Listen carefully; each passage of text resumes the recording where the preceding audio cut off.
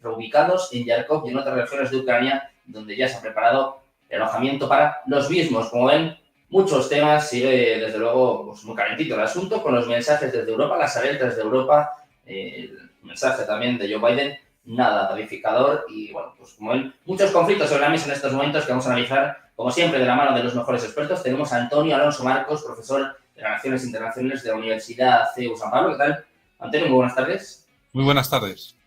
Placer. Tenemos a Emiliano García Acoso, decano internacional de CEISA. ¿Qué tal, Emiliano? Buenas tardes. Sergio. Buenas tardes, Sergio. ¿Cómo estáis? Y contamos con Jesús López Almejo, investigador de CONACYT México. ¿Qué tal? Muy buenas, Jesús.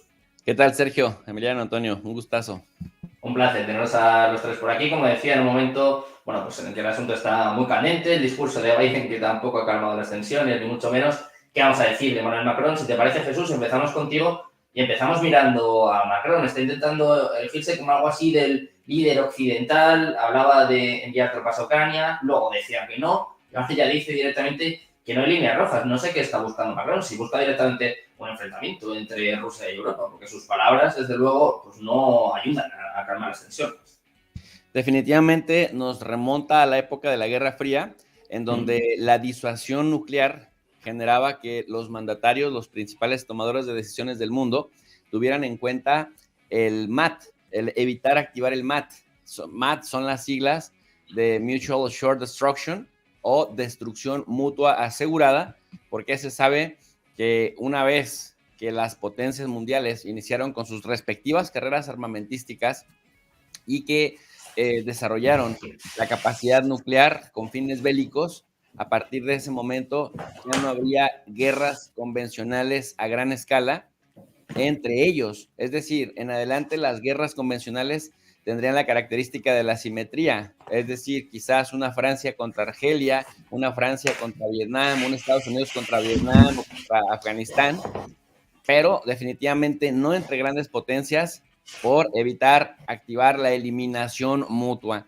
Pero cuando observamos nosotros los indicadores de lo que ha estado sucediendo en este particular tema de Ucrania, vemos que no se han respetado ningún tipo de límites, y al decir que no se han respetado ningún tipo de límites, es que suceden cosas que de pronto ni siquiera ocurrían en la Guerra Fría, como es el tema de el envío masivo, pero además abierto, publicitado de manera masiva, una y otra vez, además reiterado, en donde un bloque que dice que no se piensa, y además un bloque que tiene entre ellos, entre su equipo a potencias nucleares como Reino Unido y Francia, que dicen abiertamente que van a evitar la victoria del otro, o dicho de otra manera, que van a impulsar la derrota del otro. En ese sentido, me parece que se juegan en el filo de la navaja, pues la estabilidad de esta región del mundo, en este caso Europa, y me parece también que el hecho de que ya lleven décadas, 70 años, sin guerras de dimensiones grandes, sin ver refugiados, sin ver edificios o ciudades destruidas, me parece que no les hace perder la perspectiva real de lo horrible, de lo horripilante que sería una guerra, estimado Sergio. Emiliano, quiero saber también cómo lo ves tú, estos mensajes que vienen desde Europa después de la filtración de altos mandos militares de la semana pasada. Hoy Alemania intentaba rebajar un poquito la tensión, por lo menos Pistorius, el ministro de Defensa, decía que hay que dejar de enviar tropas a Ucrania, pero claro, más allá de las tropas, que bueno, el propio Macron fue el que puso el tema sobre la mesa también, como bien estaba hablando Jesús, pero están enviando todo tipo de armas, además de forma abierta, descarada. No sé cómo ves la situación entre Europa y Rusia, porque parece, bueno, que por lo menos el tono bélico viene aumentando en las últimas semanas. Sí, desafortunadamente para todos ese discurso cada vez es más imperante, pero en parte también lo entiendo, porque Putin no entiende otro lenguaje que no sea ver que Ucrania tiene un apoyo detrás y que dependiendo de cómo evolucione el conflicto, pues podemos ir más allá, porque de nuevo volvemos al tema que discutíamos la semana pasada. Minorías rusas hay en Estonia, en Lituania, vamos, a las repúblicas bálticas. Como sabéis también, en la zona de Moldavia ya han pedido sistemáticamente el apoyo directo de Rusia, donde hay una base militar en Transnistria. Entonces, yo creo que estamos siendo toda la sociedad europea abocada, al menos de momento, a tratar de disuadir o tratar de reducir, digamos, las ansias expansionistas del señor Putin. Desafortunadamente no contribuyen a la sociedad rusa para nada. Y es el único lenguaje que entiende Putin, es que no entiende otro, porque él parte de la premisa que tradicionalmente los estados europeos, siempre que han estado implicados directa o indirectamente en conflictos internacionales, al final por la presión social, por la presión de los parlamentos, por la presión presupuestaria, pues al final han terminado cediendo terreno y pues dejando tirados a muchos de esos aliados a los que han apoyado inicialmente. Entonces yo creo que de momento todos estos mensajes que estamos escuchando es trasladarle a Putin que si sigue por donde va, pues que al final nos encontraremos, desafortunadamente para todos, y esperemos no llegar a ese punto tan crítico donde, como decía Jesús, pues el filo de la navaja se traduce en uso de armas tácticas nucleares, que evidentemente supondría ya la Tercera Guerra Mundial, que esperemos no llegar ahí por todas las consecuencias que puede tener. Antonio, ¿cómo lo ves tú? ¿En qué punto está esta situación? ¿Cómo están de alguna forma también afectando este tipo de mensajes, de filtraciones? De momento parece que Rusia está manteniendo la calma, por lo menos no está entrando tanto en el juego verbal, ¿no? A menos Medvedev, ¿no? Que sabemos que le encanta devolver los golpes, es algo así como el tenista ruso. Quiero saber, Antonio, ¿cómo estás viendo la situación y sobre todo cómo se va a calmar, cómo se puede calmar, si es que estamos a tiempo? Bueno, yo para empezar, quiero decir que esta es mi opinión personal, o sea, que es mi visión personal, y voy a discrepar muy cordialmente de mi querido Emiliano, que sabe que le tengo buen aprecio y coincidimos en muchísimas cosas. Voy a discrepar ligeramente porque él ponía el foco en que Putin, o sea, en que los países europeos le marcan un poco el terreno a Putin y dice, oye, estas son las líneas rojas y entonces si las cruzas, pues te vas a meter en problemas y tal.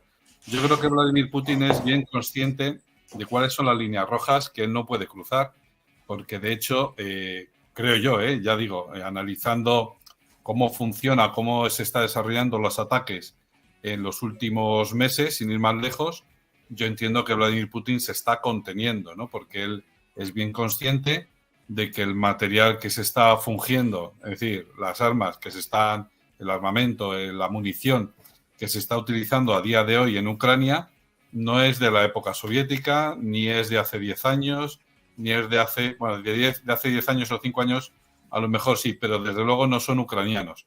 Otra cosa es que, como decían, no sé qué general, porque no era el ministro de Defensa alemán, pero era un general, dice, hombre, una vez que ya han comprado los tanques ya son suyos, no son tanques alemanes. Vale, de acuerdo. Aceptamos barco como animal acuático si tú quieres, pero no nos hagamos trampas al solitario. Es decir, Vladimir Putin conoce muy bien las líneas rojas que tiene, que es, que como decía Jesús, si empezamos una guerra contra el territorio OTAN, se acabó. Es decir, es apretar el botón de volver a encender y apagar las luces. Porque efectivamente, yo creo que aquí yo le doy la razón a Jesús, nosotros, los europeos, por lo que sea, gracias a Dios, hemos perdido la conciencia de lo que es una guerra. Las únicas guerras que hemos visto han sido en la tele o en el cine, pero prácticamente a ninguno de nosotros nos ha tocado de cerca ni vivir una guerra, ni vivir que un amigo tuyo o un familiar tuyo vuelva con un muñón de la guerra o no vuelva de la guerra. Te digo, muy pocas personas en España, por ejemplo, sin irnos más lejos, pueden hablar de esa experiencia, porque en los últimos, 70, 80 años, prácticamente han habido guerras. Es cierto que España ha enviado soldados a territorios que están en conflicto, como por ejemplo Yugoslavia o Afganistán o Irak, todo lo que quieras. Pero, digamos, una experiencia masiva de que en cada familia por lo menos hay un miembro que conoce a alguien que ha estado en guerra, o la destrucción de edificios o la destrucción de infraestructuras. Eso los europeos, por lo que sea, no lo hemos conocido, ¿no?